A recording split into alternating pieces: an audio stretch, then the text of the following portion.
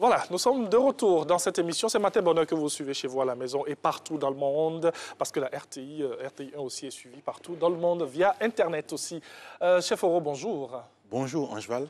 Bonjour, chef Oro. Bonjour Alex. Il a une posture très précise. Il est prêt voilà, pour nous décliner sa proposition du jour. Aujourd'hui, sa recette, c'est la papillote de maquereau fumé, bouillon miso. Et en dessert, une salade de fruits sirop quinqueliba. Et pour le jus, c'est un jus d'ananas. Voilà, ça c'est le condensé de la présentation. Mais dans le détail, qu'est-ce que ça donne?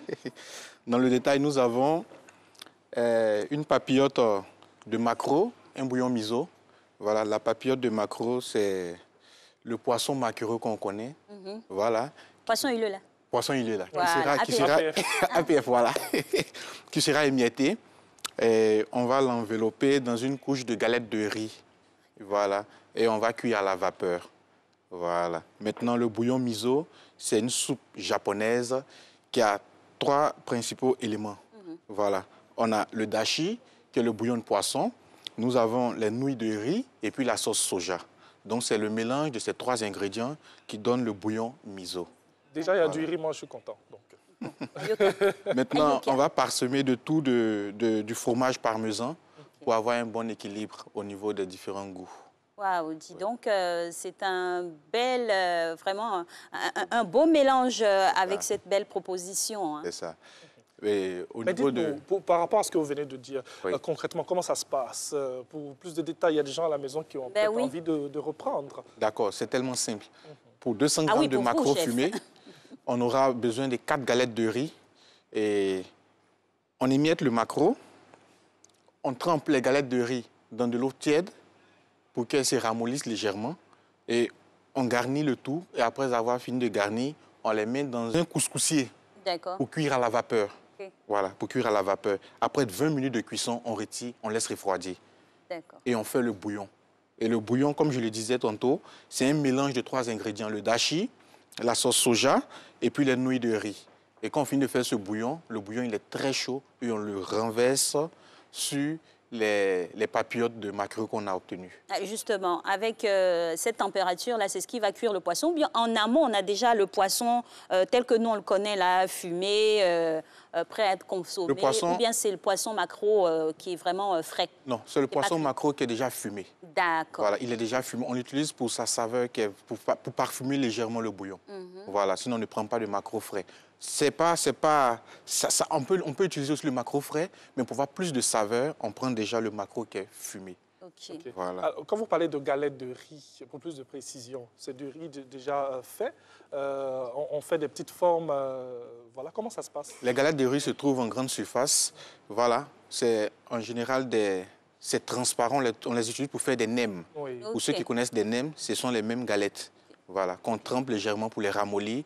Et on ajoute le maquereau fumé. Ah d'accord, c'est très différent de concevoir ou bien peut-être de faire moudre le riz et puis transformer en galette. C'est pas la même chose. C'est pas la même chose. Ah oui. Là, si on fait moudre le riz transformé en galette, ça c'est une autre recette. Galette, allons-y. Et là, on a une salade de fruits sirop quinqueliba. D'accord. Voilà, on a une salade qui est vraiment riche. Composée de 5 fruits. La papaye, la pomme, les raisins, la pastèque et puis l'ananas. Et la particularité de cette salade, c'est que c'est une salade qui est faite avec un sirop de quinqueliba, des plantes naturelles, traditionnelles qu'on trouve ici. Alors, le chef nous explique, mais on a peut-être envie de tester aujourd'hui, voir cette belle assiette-là. C'est ça. D'accord, on va voir pour le premier plat. Ouh, le poisson, il est... On imagine même déjà la saveur et le parfum de quinqueliba aussi, et surtout dans ces galettes de riz, là. Ah ouais. Ne mange pas tout, Alix. Non, mais attends, regardez. On est nombreux si je mangeais assez, j'aurais pas cette cambrure. Merci pour la précision. Hein? Oh, c'est très bon. C'est bon? Non, c'est super. C'est super bon. Merci. C'est très, très bon. Avec le parmesan et tout. Et puis, on a des petits lardons à côté? C'est des craquelins.